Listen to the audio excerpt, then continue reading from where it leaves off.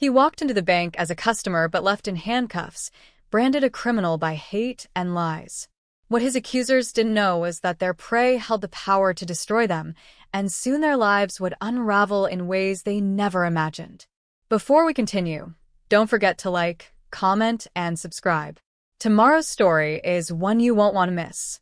The morning sky over the city was heavy with clouds, the kind that made everything look a little darker.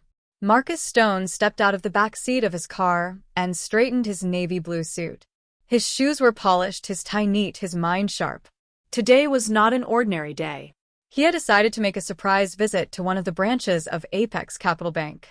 As the global head of human resources, Marcus had the power to walk into any branch unannounced, watch how the staff behaved, and know what was wrong or right. Inside the bank, the air smelled of printer ink and floor polish. People stood in quiet lines, some tapping their phones, others filling slips. Marcus walked with calm steps to the counter. Behind the glass sat a man in his mid-30s, his name tag shining. Trevor. His jaw was square, his blonde hair neatly cut, but his eyes were narrow and hard.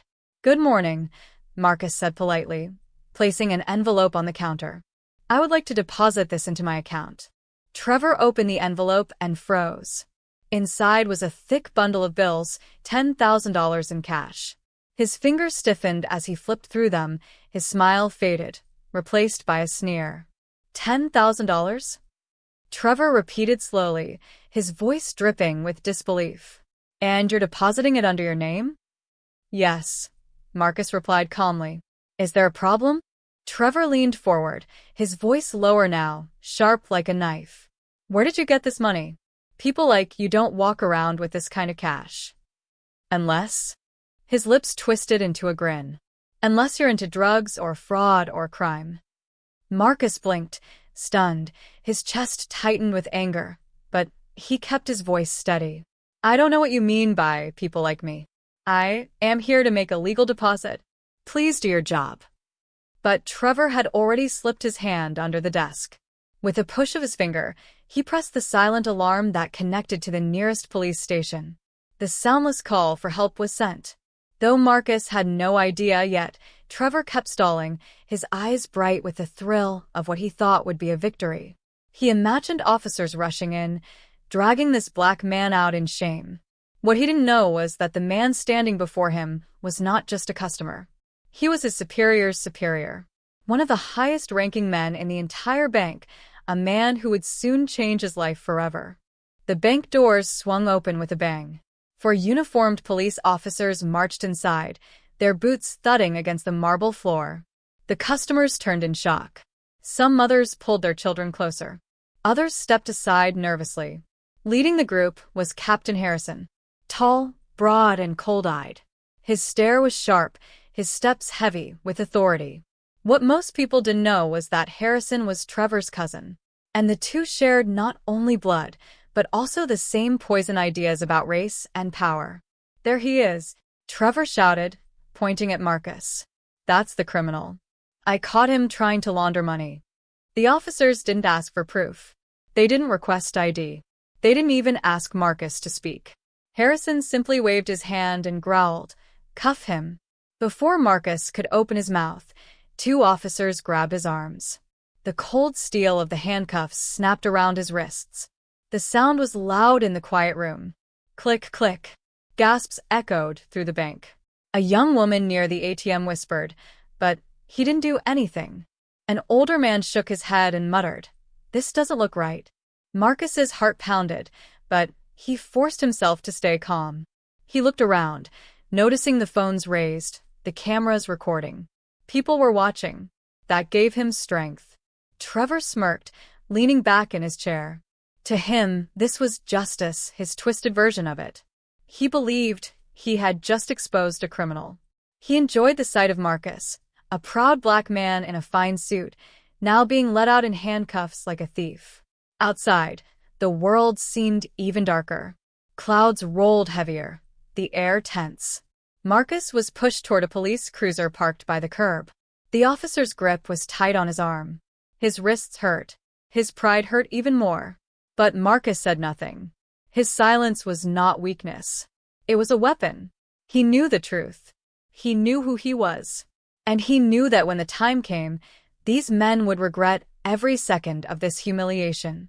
For now, he walked with his head held high, even as the cameras flashed and the whispers followed him down the street. The police station smelled of sweat, coffee, and old paper. Marcus was shoved into a metal chair, the cuffs still biting his wrists. Captain Harrison leaned across the table, his eyes burning with arrogance. "Where's the rest of your dirty money?" Harrison sneered. "You think you can walk into a bank with $10,000 in cash and not get caught? Men like you always slip up." Marcus stared back, calm as stone. He didn't flinch, didn't blink.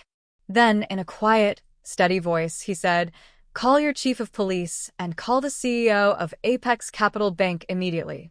Harrison sparked a laugh. "You don't get to make demands here." "Check my ID," Marcus said simply. One of the younger officers hesitated. He reached into Marcus's suit pocket, pulled out a leather wallet, and opened it. His eyes widened. He handed it to Harrison. Harrison froze. The ID card was official, shining with the golden seal of Apex Capital Bank. Across the top were the words Global Head of Human Resources, Marcus Stone. The room went silent. The younger officer shifted uneasily, suddenly unsure. Harrison's face turned red, his jaw tight with panic. Within the hour, the chief of police arrived, furious. Behind him came two bank executives, their expressions hard as ice. The chief's voice thundered across the room. "What is the meaning of this? Do you know who this man is?" Trevor was called in to repeat his claim. His face drained when he saw Marcus sitting upright, calm, and powerful. Marcus spoke with quiet authority. "This man accused me without cause, insulted me, and abused his duty. He claimed I was a criminal because I am black. He pressed the alarm without evidence and wasted police time. And these officers cuffed me, without a single question." The executives exchanged looks of disgust. The chief's glare could have cut steel. For the first time, Trevor felt real fear creeping into his chest. The tables had turned. The hunter had become the hunted. The storm that followed was swift and merciless. Trevor was stripped of his position at the bank immediately. His security card was taken, his desk cleared, and his name erased from the system within hours. But Marcus was not finished. The bank launched a full investigation into Trevor's record. It revealed a dark trail. Complaints from customers, rude behavior, racial slurs whispered under his breath, and even mistakes in handling accounts. He had been protected too long, but now the protection was gone. Marcus pressed for full legal action. Trevor was charged with false accusation, attempted character damage, and discrimination. The police department also reviewed Captain Harrison's actions. His cousin's bias had led him into reckless abuse of power. Harrison was suspended, then removed from his post, his badge taken in shame. The punishment went further. The city court fined Trevor heavily, draining what little savings he had. But the cruelest punishment was his sentence: 2 years of community service.